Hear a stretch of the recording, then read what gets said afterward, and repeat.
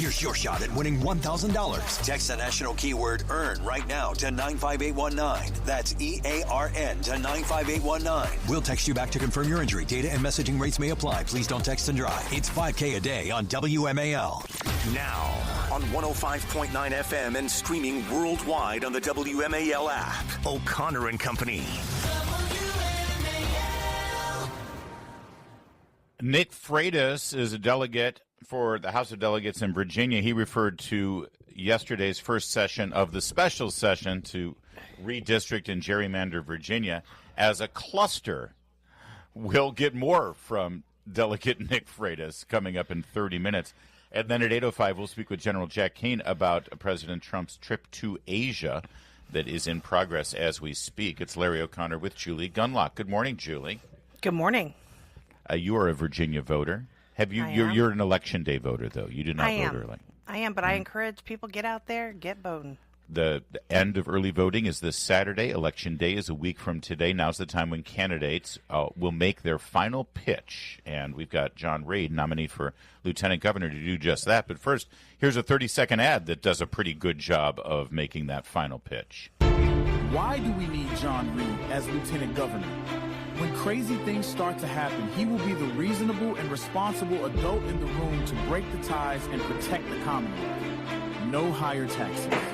No racial discrimination and DEI. No boys and girls sports. No sanctuary cities. No more sexually explicit material in schools.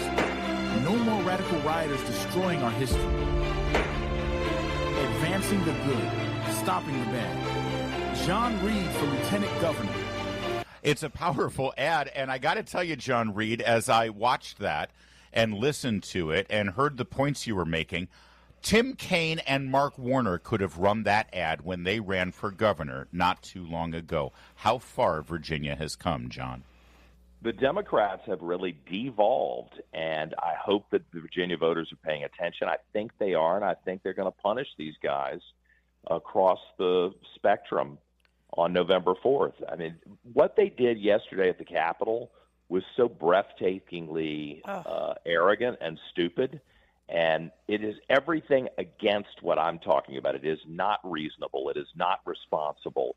It is not respectful of the voters of Virginia or your opposition, and it's not fair. And I think Virginia voters don't like that kind of stuff. That's why I'm hoping they'll pick me instead of the leader of the progressive movement in Virginia.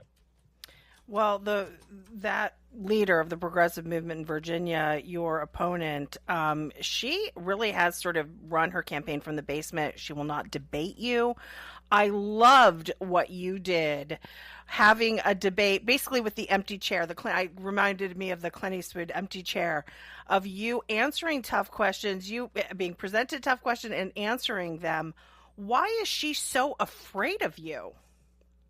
Well, I did TV and radio, but it's not like she's a nobody. She's been in the state Senate for years now. Yeah. So, whether you're a polished presenter or not, every Virginian, I think, expects candidates to stand on stage and defend themselves, articulate what they believe in. You don't have to be a perfect TV news anchor. You just have to be able to articulate what you believe in. I got to be honest with you. I knew she wouldn't do 10 debates when I offered 10 debates. That was me, making a point. But I am shocked that she didn't do one debate just to mark that box and say, I'm a legitimate candidate. Instead, she's hidden in the basement, and I think people really resent it. Mm-hmm. John Reid is our guest, candidate for lieutenant governor in Virginia. And, John, it was remarkable when you saw Abigail Spanberger reveal her new design of her campaign bus for the final 10 days of the campaign. And conspicuously missing from that bus was the unity ticket, the diversity ticket that we heard so much about. Jay Jones, African-American attorney general candidate, and Ghazala Hashmi, of course, the lieutenant governor candidate. Their names were nowhere to be found. Do you think that Abigail is trying to shed the dead weight of her ticket and just try to coast to victory, sort of conceding the fact that her other two candidates are in pretty bad shape?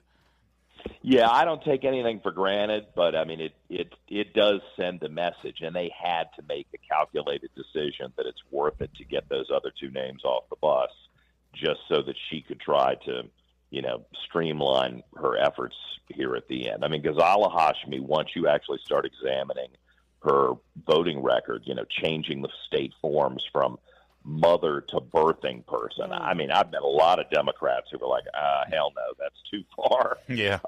Keeping the schools closed, the trans agenda. There's one person who's really the champion of putting boys and girls sports and men and girls in women's locker rooms, and that's Ghazala Hashmi. I mean, everything we don't like, everything that the average person goes, wait a minute, that's a little too far, it's Ghazala Hashmi pushing it. She was also caught on video there was some sort of a Virginia Education Board meeting where she said she just doesn't care about some of the sexually explicit materials in school libraries. That was a real shock to me, especially after, that tanked, Terry McAuliffe's run for governor, and there was that sort of blow up a few years ago of finding pornography in school libraries. The idea that she just said it straight out. She doesn't care. What do you think about that issue?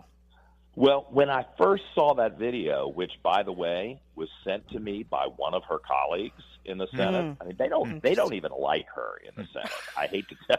I mean, they might vote along with her, but she's so obnoxious and arrogant, apparently, that even her own peers don't like her. But anyway, when I got the video, I'm a former TV reporter, and my instinct is to try to be fair with people, even if I'm running against them. So I was like, well, maybe this is taken out of context. No, I went and watched the video. It's not taken out of context. She really said, I'm worried about violence, but I really don't care about the sexually explicit material. Yeah. What kind of a parent or legislator or educator says that kind of thing with young kids? I mean, it blows my mind, and that's why people had to see that. That reveals her mindset. Guest is John Reid. And John, listen, you came on this program the day after you announced you were going to run for lieutenant governor. At the time, you had an opponent or two, but then for various reasons, you ended up coasting to the nomination. And now here you are 1 week from the last day of voting, Election Day. Why don't you take the final couple of minutes here to make your final case to the voters? You've been wise enough to know that a lot of the voters that you need to win this election listen to this program every morning on their way into work or school. Tell them why you're the person that deserves to be the next lieutenant governor of Virginia.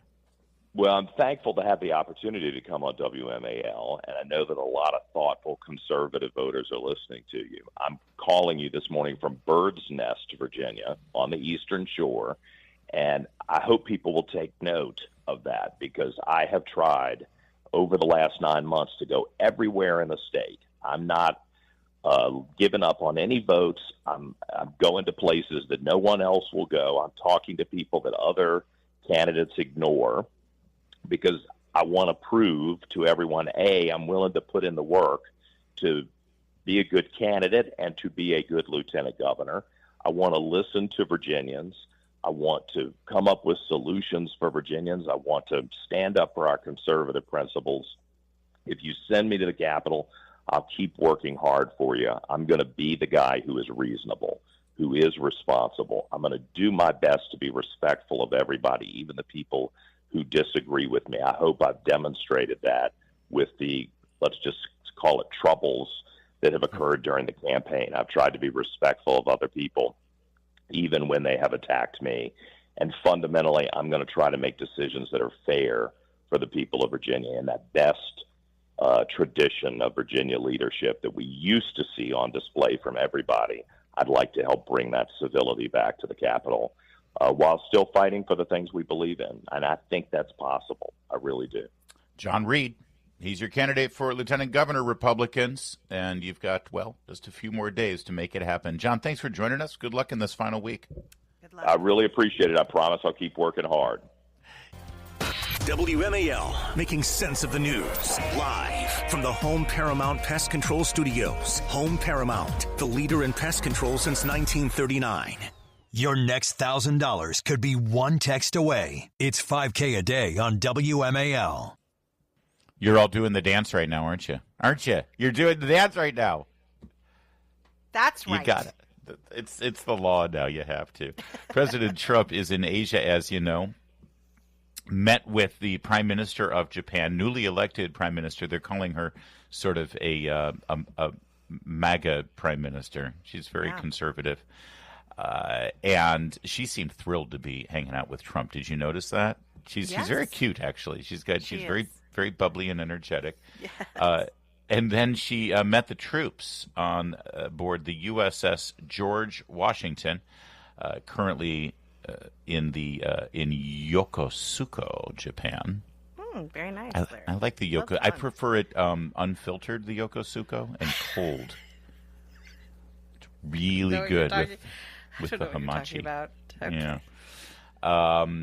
And while speaking with the troops, first off, he brought out the Prime Minister, and she was like jumping up and down, like she was so excited to see all of our troops there. Understandable. And then, of course, well, the music broke out, and every sailor's cell phone immediately jumped up. It's quite a scene, but take a listen as he did the dance for the troops.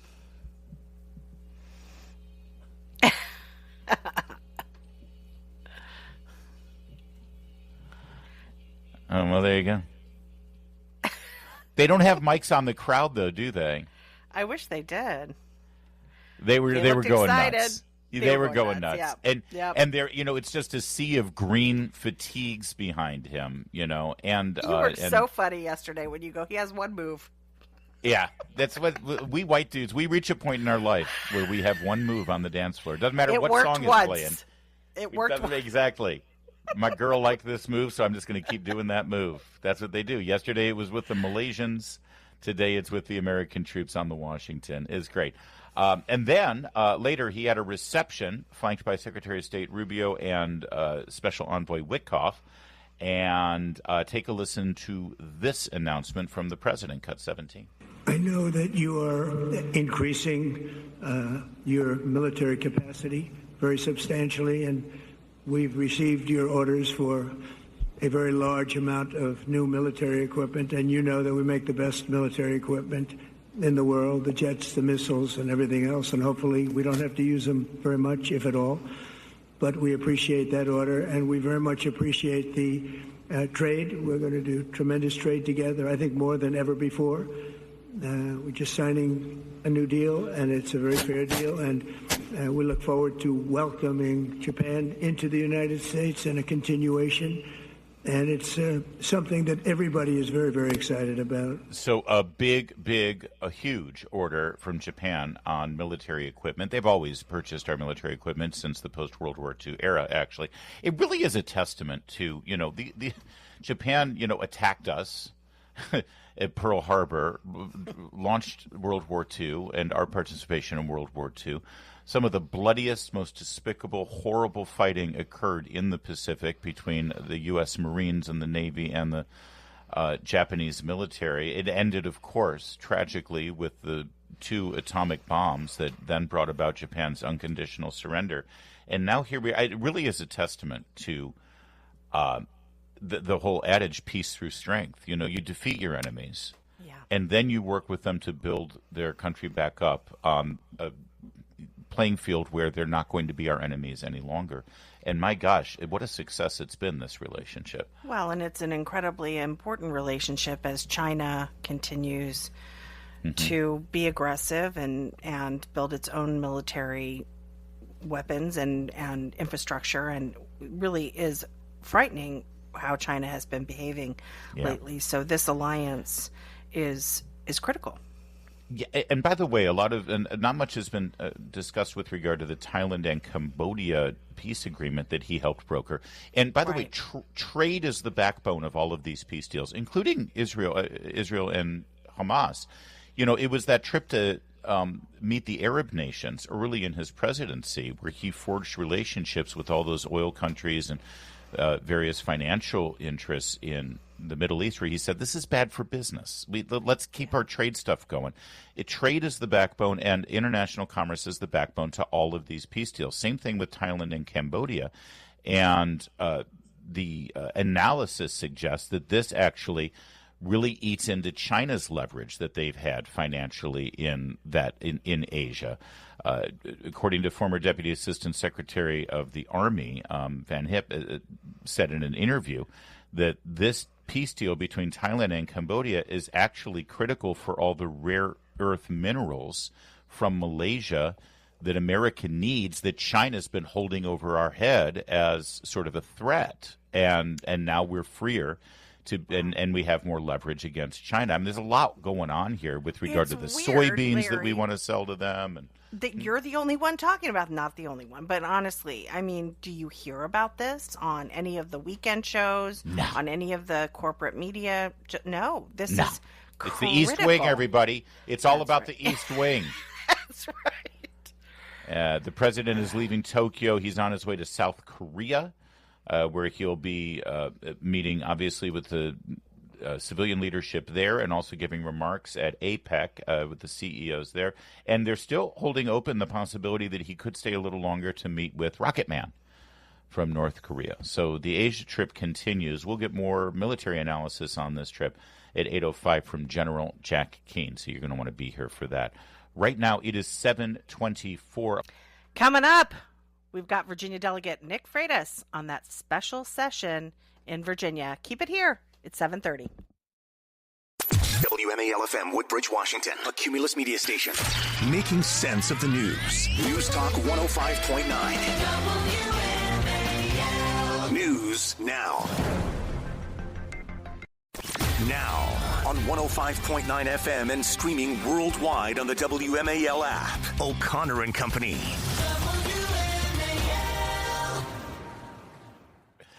It is 7:37 here on O'Connor and Company. Thanks for tuning in to your nation's capital and all of Northern Virginia, who we're trying to motivate to get out there and vote like your life depended on it. Because with these Democrats, I think your life does, in fact, depend on it. Coming up at 8:05, General Jack Keane will give us his military perspective on Trump's trip to Asia and that big military purchase that the Japanese just announced. Coming up, it's Larry O'Connor with Julie Gunlock. Good morning, Julie. Good morning. Speaking of military analysis, we've got Delegate Nick Freitas, who, on behalf of his constituents in Culpeper, trotted down to Richmond for what looked like, well, as you put it, Delegate Freitas, a cluster yesterday for this special session about gerrymandering and redistricting Virginia to make us look like Maryland. Thanks for joining us this morning. Thanks for having me on. Did anything actually get done yesterday? I saw some video of people celebrating multicultural birthing people and things like that. What has this got to do with Rita? Why did you have to get called down there a week before the election for this session? So, well, there's a couple of reasons. There's the stated reasons, and there's, I think, what we actually know is going on. The stated reason was they wanted to call us into special session so they could change the resolution for the special session to include redistricting. So essentially what they're going through right now is the process of explaining to all of us how the very constitutional amendment that Virginians voted on by more than 65% was actually a bad idea.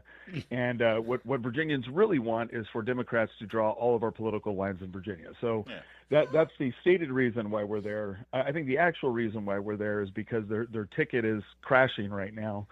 Because it turns out that most Virginians don't like the idea of their chief law enforcement officer fantasizing about killing toddlers.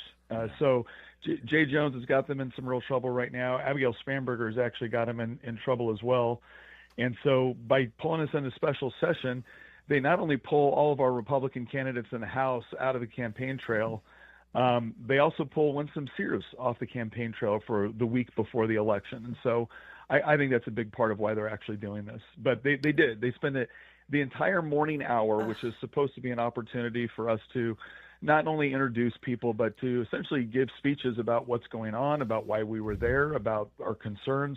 All of that was eaten up because suddenly the Democrats had dozens of groups that just needed to be introduced on a random Monday in the House. So they essentially ate up all the time that we would have had to actually really talk about this in a meaningful way. But I don't think we should be surprised. This is the same Speaker of the House, Don Scott, who this year in the General Assembly refused to hear about 120 Republican bills.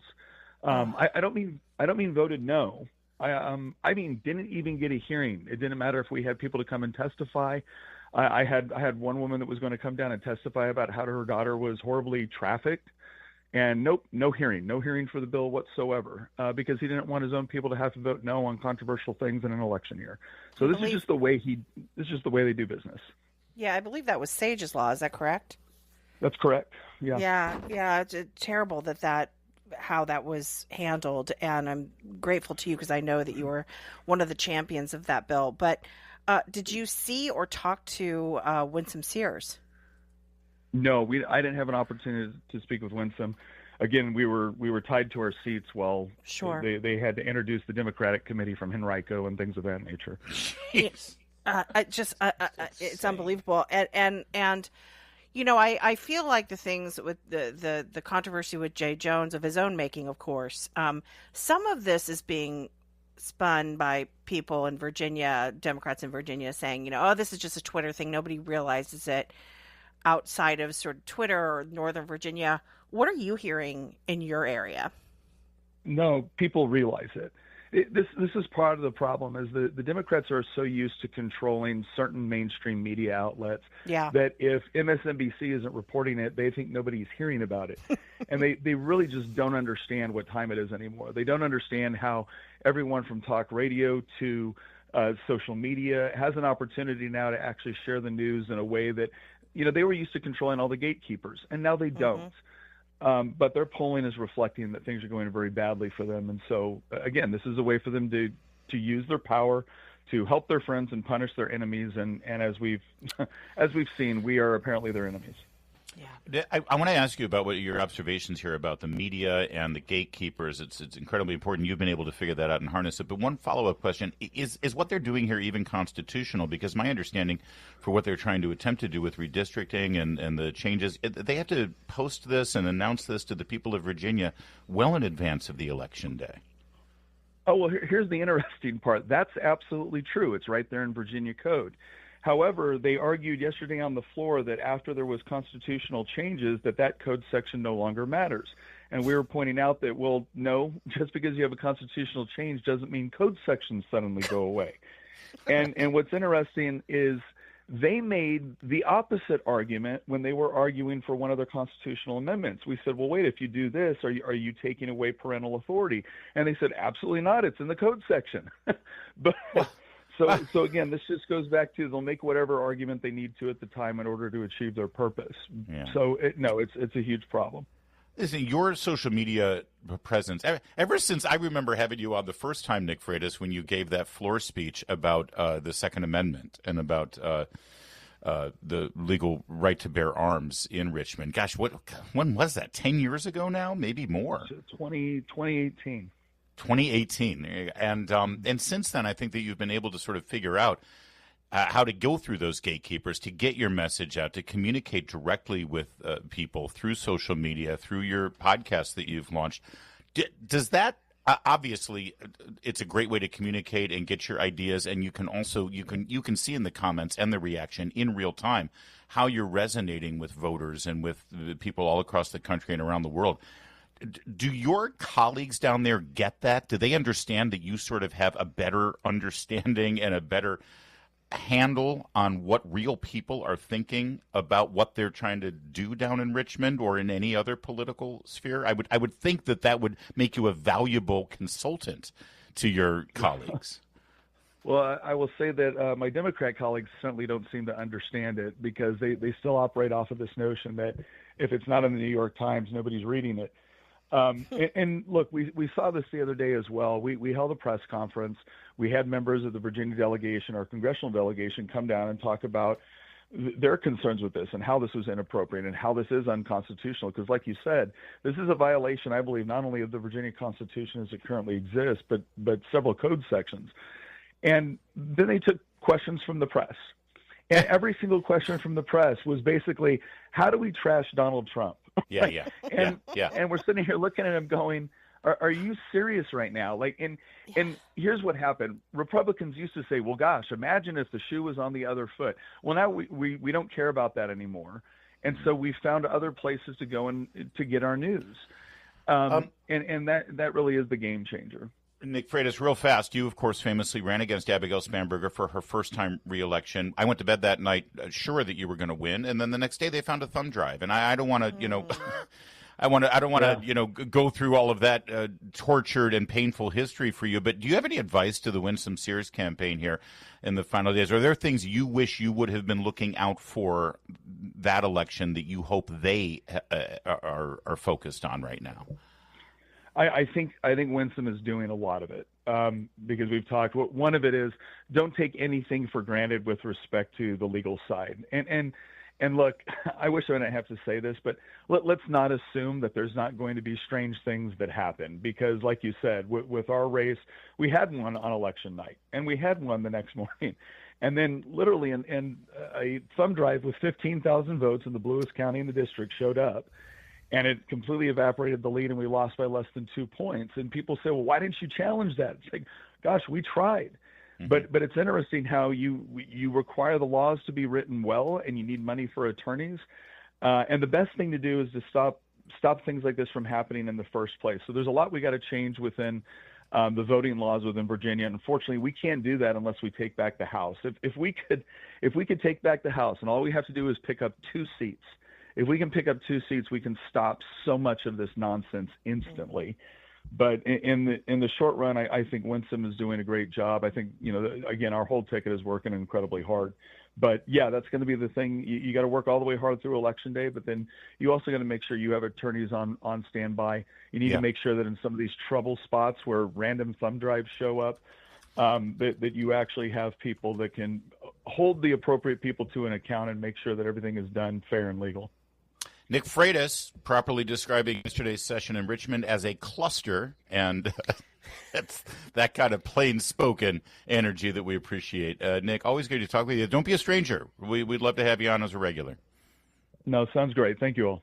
You bet. It's 7:47. Later this morning on the Chris Plante Show, things that crazy people say. They want us to think we are crazy. We are sane. 9 a.m. on WMAL.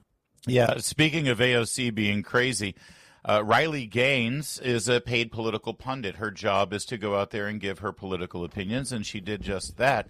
And Alexandria Ocasio-Cortez has now been trashing her on social media. Riley tweeted out a picture of AOC with Zohran Mamdani and Bernie Sanders at the rally over the weekend, and she said, "We're being destroyed from within." AOC responded and said, "Maybe if you channeled all this anger into swimming faster, you wouldn't have come in fifth." I hardly have words. This makes me so mad. The idea that she trashes a woman for not beating a man, which she did. Right. She actually tied the man who raced against her. But just what a disgusting comment to another woman. So much for supporting women, AOC. What happened to the sisterhood? Yeah. I don't quite understand. Yeah, it's pretty disgusting and despicable. That's Alexandria Cortez. Their favorite women are the ones that have male genitalia and vote to kill babies in the womb. So that's absolutely right. That's absolutely right.